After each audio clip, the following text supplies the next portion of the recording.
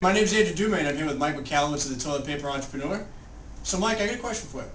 What is the greatest challenge you think entrepreneurs face? The greatest challenge they face? Mindset. It's the mindset. The biggest challenge is that people are fearful to go outside of what they expect to be normal. Mm-hmm. And the biggest challenge then is to change your mindset to what normal or the possible is. People feel that I've only been able to do this in my life, so that's all I'll be able to do for the rest of my life. And there's this whole wealth of opportunity, but we're restricted from getting it because we don't believe it's possible. So biggest opportunity, biggest challenge, biggest everything is get your mind straight. You can do anything you want. I can do anything I want. Anyone watching can do anything they want. You first have to believe it's possible. So even if you're in college, you can still start a business on the side. Dude, even if you're struggling in high school, even if you're mentally have a mental challenge, Mm-hmm. even if you're sick, even if you had a heart attack, it doesn't matter. All those variables played into a new opportunity, Mm-hmm. and you can exploit it. You don't have to be the best in class. You don't have to have the best grades. You don't have to have the best education. You have to believe that you have a certain mix of gifts and talents which no one else has, and you do, and I do, and we all do, and then exploit that and believe it to be possible. What changed for you? What did you do to get your mindset where it needs to be? That was the moment. I used to believe, I was the kid picked on in high school. Mm-hmm. I was telling you over lunch. Mm-hmm. We had lunch together. We had a moment.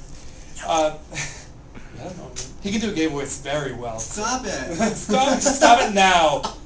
Jesus, Behave. biatch. That's good. Yeah. Okay.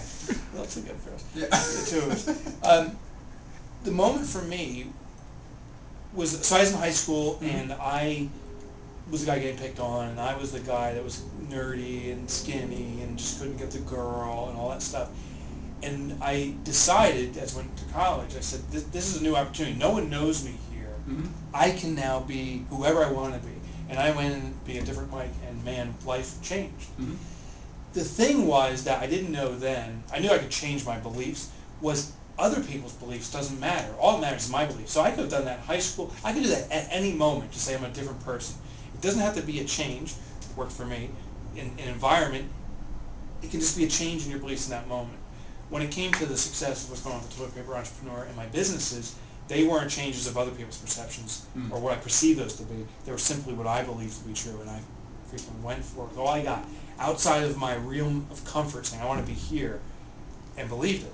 And then the progress was very obvious. Not easy, but obvious. Right. So what would you say then you did, because you said you changed your mindset and you could change yourself personally.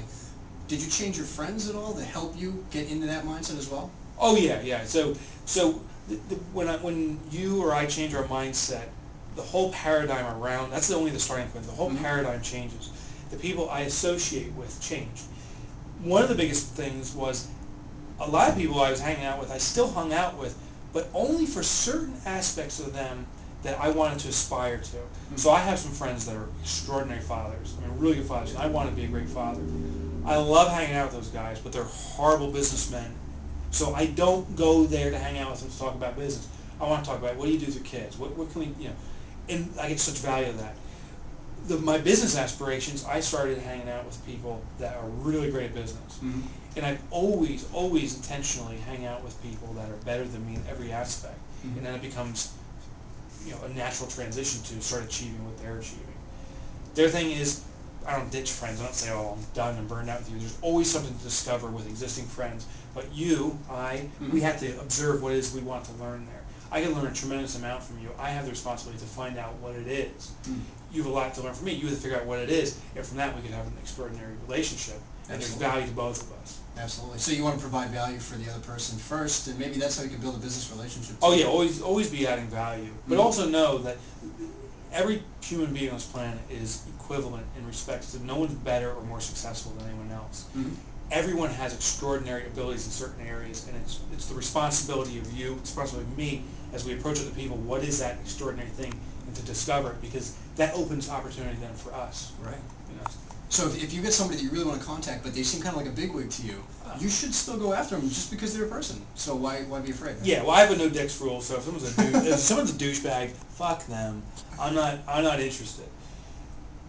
But every person that gets it, and I know you know Bill Bartman. Yep. He gets it. Absolutely. He's achieved financially tremendous success, and he's something I aspire to, maybe for my financial success. Mm-hmm. When I've spoke with him, he's very accessible. He gets it. Those are people I want to hang out with. There's other people that have achieved perceivably success as I want, but then they're packaged with resistance or just a pain in the ass or they're just dicks. Yeah. Those are people I avoid.